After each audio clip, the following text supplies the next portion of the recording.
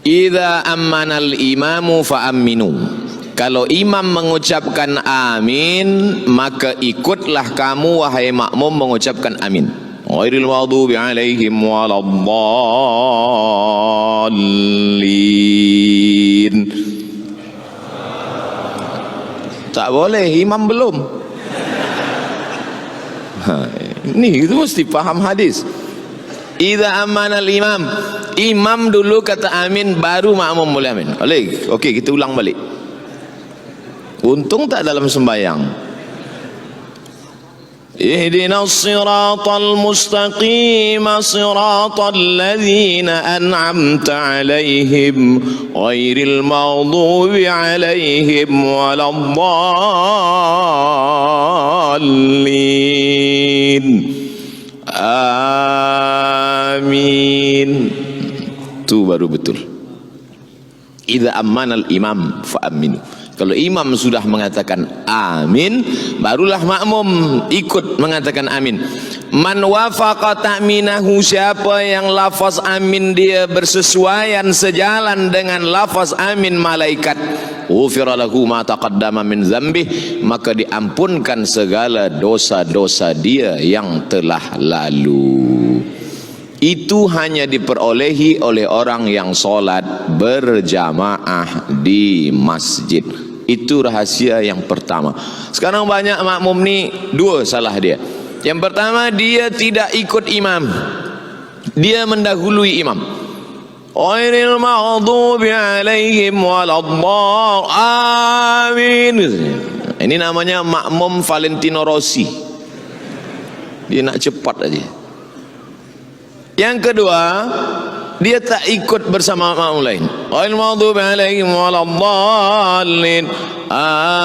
Amin. Dia diam aja. Amin gitu dia. Macam belum makan. Manakala selesai sembahyang, kita tanya kawan kita, tadi imam cakap amin, semua jawab amin, awak kenapa diam? Orang dah ramai dah. Oh, tidak begitu. Bukan kerana suara orang sudah amin. Ketika umat Islam mengatakan amin, yang paling dibenci orang kafir adalah mendengarkan lafaz amin. Orang beriman sedemikian ramai mengatakan amin. Panjang alifnya, panjang ya. Amin. Artinya istajib. Ya Allah, kabulkanlah ya Allah. Ihdinas siratal mustaqim, tunjukkan kami jalan yang lurus.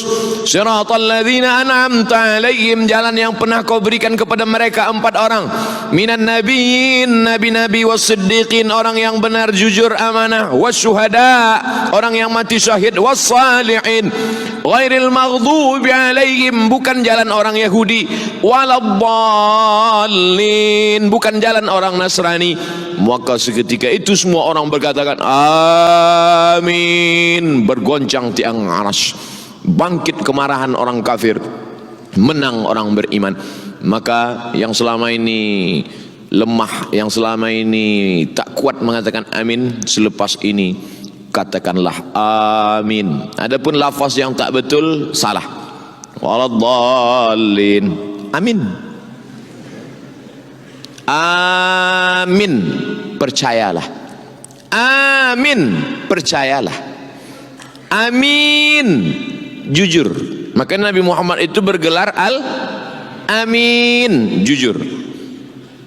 Amin, percayalah. Amin, jujur. Amin, amankanlah.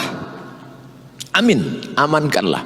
Yang betul yang keempat, amin, kabulkanlah ya Allah. Kita tak tahu entah dari mulut yang mana doa itu menembus pintu-pintu langit dikabulkan Allah Subhanahu wa taala.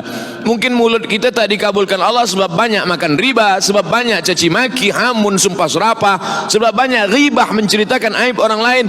Tapi ada dia yang bukan ustaz, yang bukan profesor, yang bukan doktor. Sebab saya baru dapat semalam. Tapi rupanya hati dia bersih, dia selamat daripada riak. Hati dia bersih, tak ada hasad, tak ada dendam, tak ada takbur.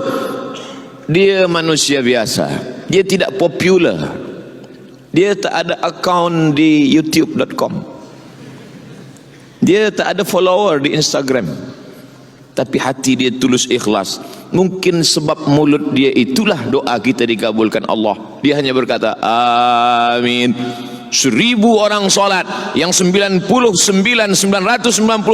satu pun tak dikabulkan, tapi sebab yang satu orang ini, maka kita sentiasa merasa. Makanya doa solat istisqa minta hujan, tak ada istisqa bersendirian, istisqa berjamaah. Sebab apa? Bila turun hujan, orang tidak menyangka sebab doa sayalah hujan itu turun. Saya sampai hari ini belum pernah jadi imam istisqa. Walaupun beberapa kali jerbu, mereka minta saya tak nak jadi imam. Sebab saya takut bila hujan tak turun, makmum salahkan imam.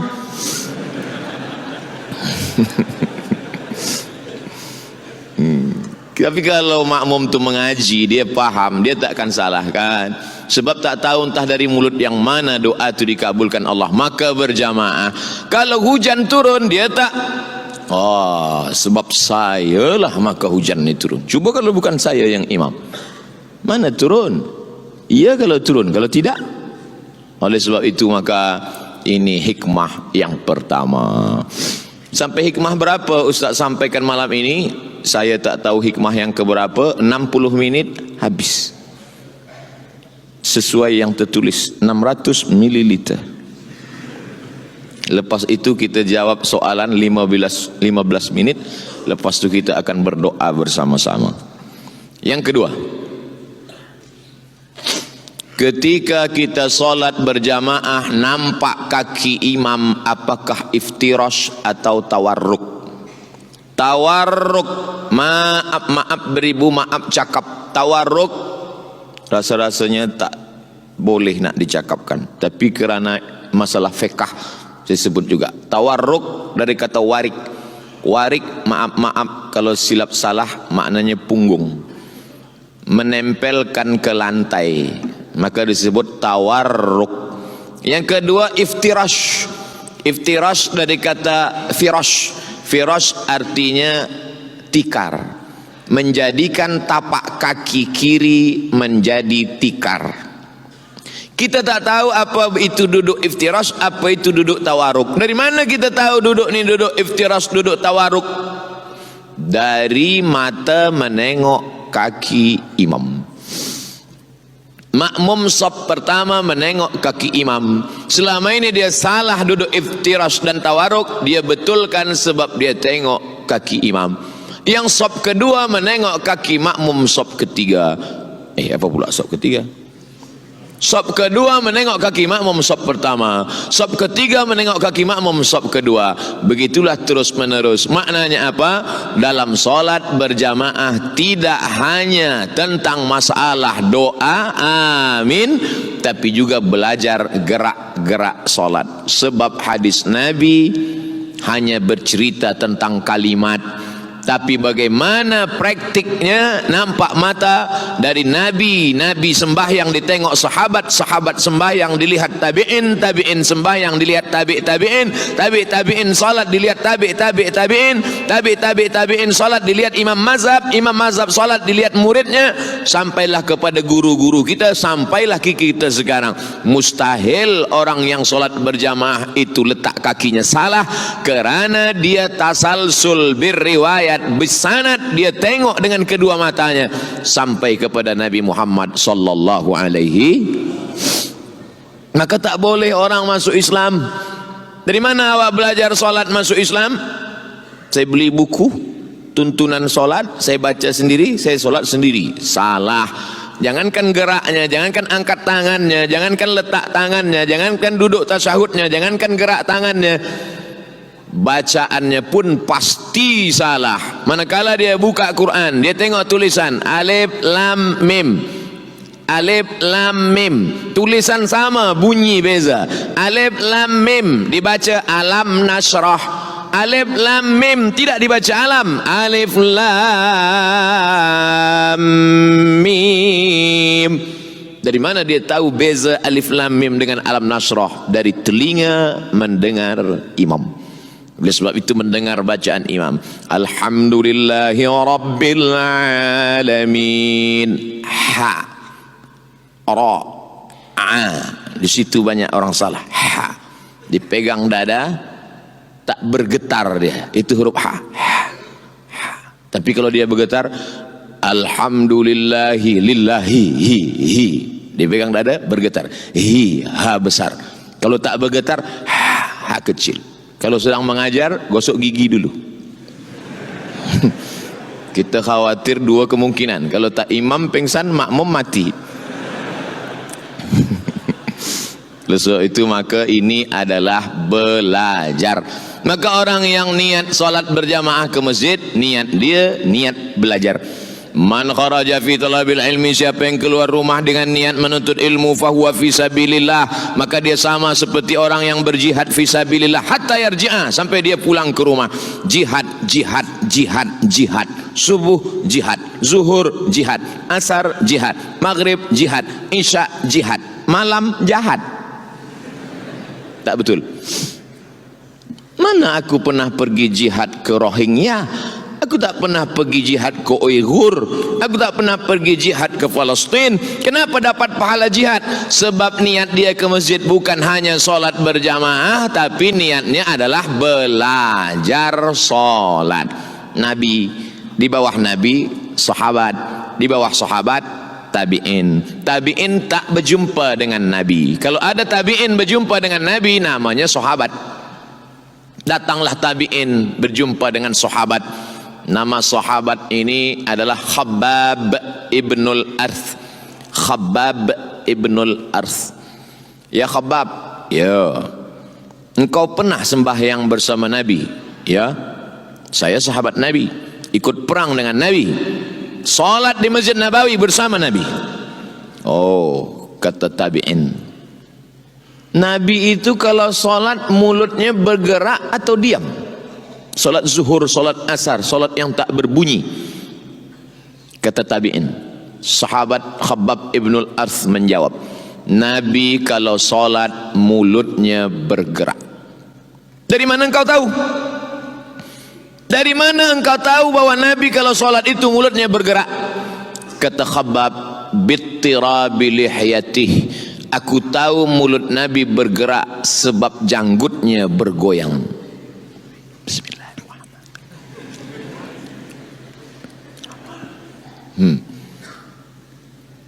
Sebab tidak mungkin janggut bergoyang kecuali ada angin kencang.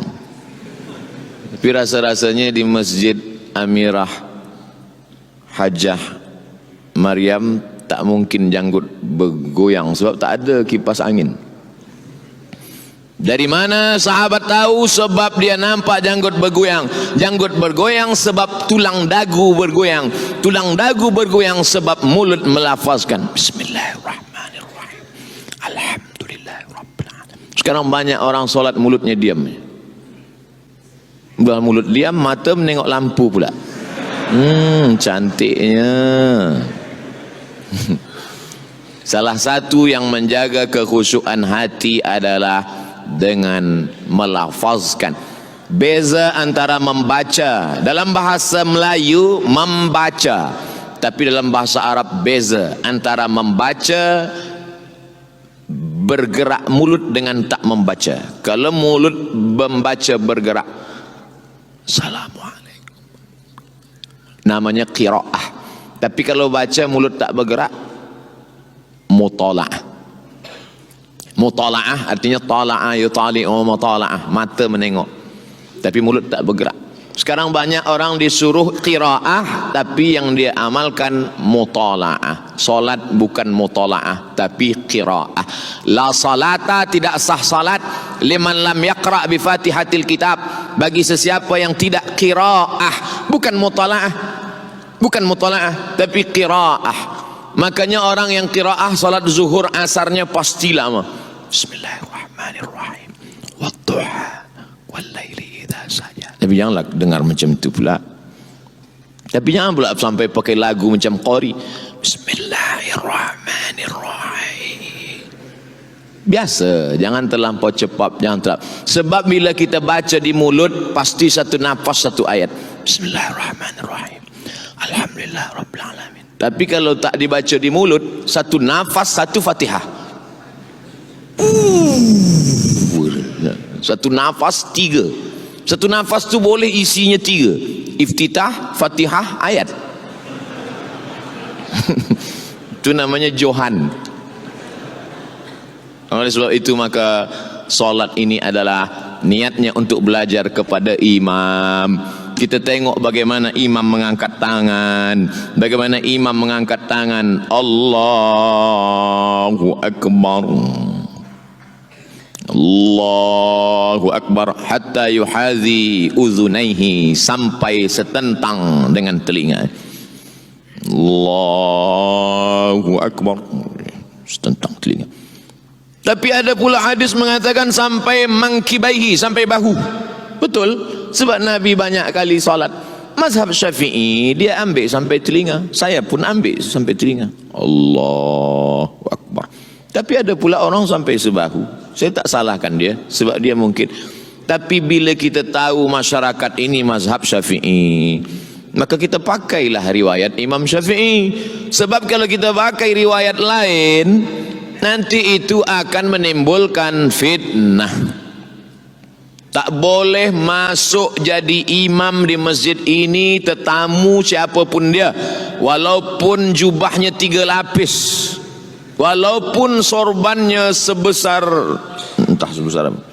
Tak boleh, kecuali imam itu yang mempersilakan dia.